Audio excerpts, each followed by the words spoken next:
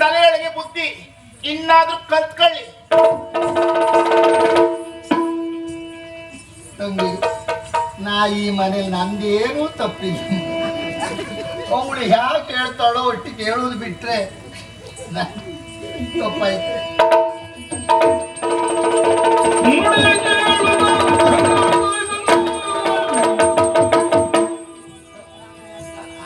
ನಾನಾದ್ರೂ ತಿಳ್ಕೊಳ್ಬೇಕು, ಹಿರಿಯರ ಮಾತನ್ನಾದ್ರೂ ಕೇಳಬೇಕು. ಹಿರಿಯರ ಮಾತನ್ನು ಧಿಕ್ಕರಿಸಿ ಓಡಿ ಹೋಗಿ ಮದುವೆ ಆಗುವಂತ ಎಲ್ಲ ಹೆಣ್ಣುಗಳು ನಿನ್ನಿಂದ ಪಾಠ ಕಲಿಬೇಕು. ಆವತ್ತು ಹೇಳಿದ್ಲು ಈ ತರ ಮಾಡ್ಬೇಡ, ಅವನೊಂದು ಮದುವೆ ಆಗ್ಬೇಡ, ಬೇಡ ಬೇಡ ಅಂತ. ಈಗ ಉಂಡಿದ್ ಮಾಡೋ ಮಾರಾಯ, ಕರ್ಮ ಮಾಡಿದೊಂಡ ಮಾರಾಯ, ಉಂಡಿದ್ ಮಾಡೋ ಮಾರಾಯ.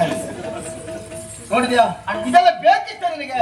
ಅಣ್ಣ ಸಾರಿ ಹೇಳಿದ್ದೆ ಬೇಡ ಬೇಡ, ಅವ್ರು ಸರಿ ಇಲ್ಲ ಅಂತ. ಆ ಹುಚ್ಚಿನ ಸಂತೆಯಲ್ಲಿ ನೀನೊಬ್ಳು ಸೇರ್ಕೊಂಡಿದ್ದೆ ಅಷ್ಟೇ. ಅಯ್ಯೋ ಅಣ್ಣ, ಈ ಕಂಡದ್ದೇ ಸತ್ಯ ಅಂತ ನಂಬಿಡ್ತೀನಿ ನೀನು. ಅದಲ್ಲ, ನನ್ನ ಗಂಡ ನಿಜವಾಗಿ ಅವರು ಅಪರಂಜಿ ಇದ್ದಾರೆ. ನಿನ್ನ ಗಂಡ ಅಪರಂಜಿ, ಆದ್ರೆ ನಿನ್ನ ಗಂಡನೊತ್ತಿಗಿದ್ದವನು ಟಿಂಪಾಂಜಿ. ಅವನಿಗೆ ಅದು ಅರ್ಥ ಆಗ್ತದೆ. ದಮ್ಮಯ್ಯ ಅಣ್ಣ, ನನ್ನ ಗಂಡನಿಗೆ ಗದರ್ಸ್ಲಿಕ್ಕೆ ಹೋಗ್ಬೇಡಿ. ದಮ್ಮಯ್ಯ, ನಾನು ಇಲ್ಲೇ ಇರುವವಳು ನಿನ್ನೊಟ್ಟಿಗೆ ಬರುದಿಲ್ಲ. ಇಲ್ಲೇ ಕೊಳೆಯುತ್ತದೆ, ಹೋಗತ್ತೆ ಸಂಧಾನ ಮತ್ತೆ.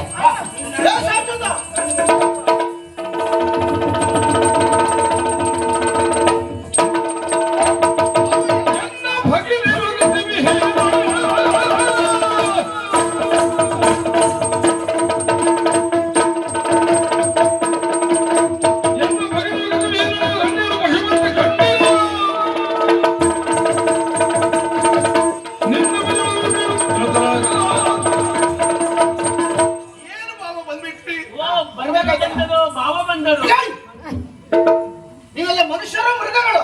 ನೀವು ಹೊಟ್ಟೆಗೆ ಅನ್ನ ತಿಂತೀರೋ ಮಣ್ಣು ತಿಂತೀರೋ? ಕರುಣ ಕಬ್ಬಿಣ ಸರಳ. ಹೊಸದಾಗಿ ಮನೆಗೆ ಬರುವಾಗ ಹೀಗೆ ಕಣಂತಾರೆ ಕೆಲಸ ಮಾಡ್ತಾ ಇದ್ದೀರಲ್ಲ ನೀವು. ಏನಾಯ್ತು? ಸಾರಿ ಹೇಳ್ತಾರೆ ಅವಳಿಗೆ, ಅವ ಸರಿ ಇಲ್ಲ, ಕಾಣದಕ್ಕೆ ಮಾತ್ರ ಚಂದ ಅಂತ ಹೇಳಿದ್ದೆ, ಕೇಳಲಿಲ್ಲ. ನಿನ್ನ ಮದುವೆ ಆದ್ರೆ ನೀವು ಒಬ್ಬ ಸಂಭಾವಿತ ಸುಭಗ ಎನ್ನುವ ಹಾಗೆ. ಈಗ ಸಿಕ್ಕರ ಹೊಡಿತಾ ಇದ್ದೀರಲ್ವಾ? ಹೊಡೆದಕ್ಕೆ ಅಯ್ಯೋ ಬಾವ, ವಿಷಯ ನಿಮ್ಗೆ ಗೊತ್ತಿಲ್ಲ.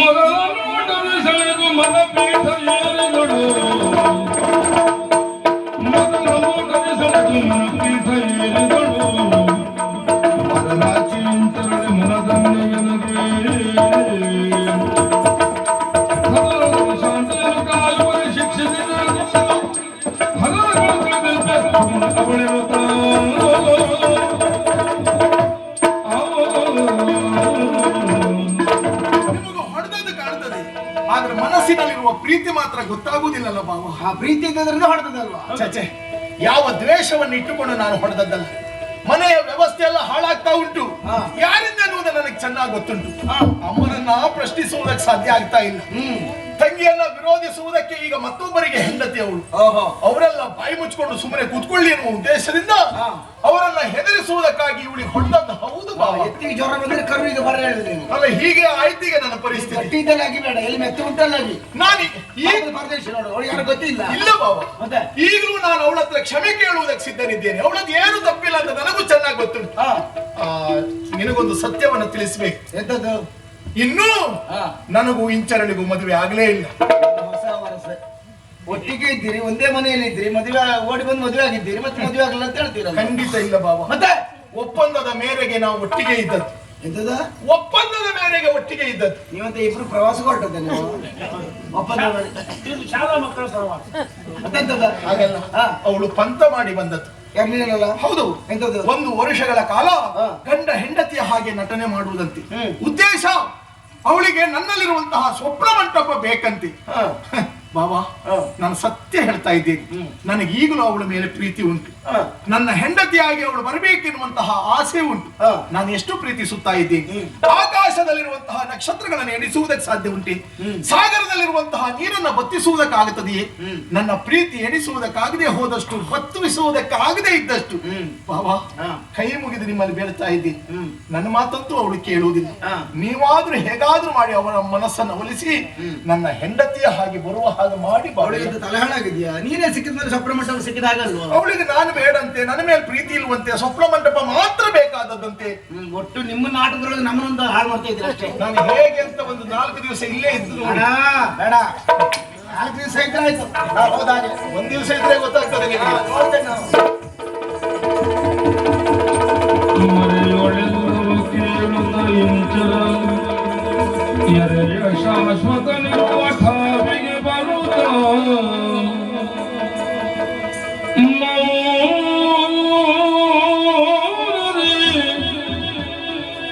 ಪ್ರೇಮ ಭಾವ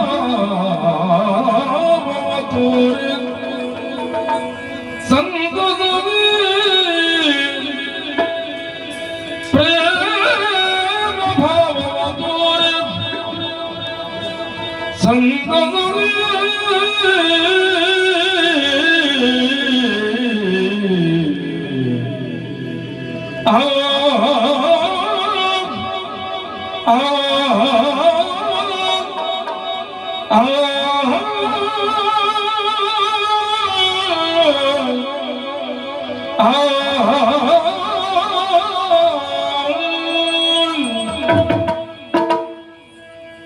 ಸ್ವಾಮಿ, ನೀವು ಅಣ್ಣನಲ್ಲಿ ಹೇಳುತ್ತಾ ಇರುವ ಮಾತನ್ನು ನಾ ಮರೆಯಲೇ ನಿದ್ದು ಕೇಳಿದೆ. ಅರ್ಥ ಆಗದೆ ಇದ್ದವರು ಎಷ್ಟು ಕೇಳಿದ್ರು ಪ್ರಯೋಜನ ಇಲ್ಲ ಬಿಡು. ಇಲ್ಲ ಸ್ವಾಮಿ, ನನಗೆ ಅರ್ಥವಾಗ್ತಾ ಇದೆ. ಇಲ್ಲ ಎಚ್ಚರ, ಕೊನೆಗೂ ನಿನ್ನ ಪಂಥದಲ್ಲಿ ನೀನೇ ಗೆಲ್ಲುತ್ತಾ ಇದ್ದೀಯ.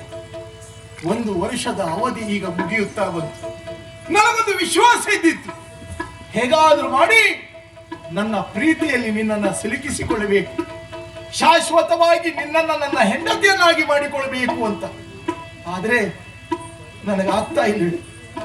ನೀ ಒಡ್ಡಿದಂತಹ ಪಂಥದಲ್ಲಿ ನಾನು ಸೋಲುತ್ತಾ ಇದ್ದೇನೆ ಇಂಚರ. ಇದು ನೀನೇ ಗೆಲ್ಲುತ್ತೀಯ, ಸ್ವಪ್ನ ಮಂಟಪವನ್ನು ನೀನೇ ಪಡೆದುಕೊಳ್ಳುತ್ತೀಯ.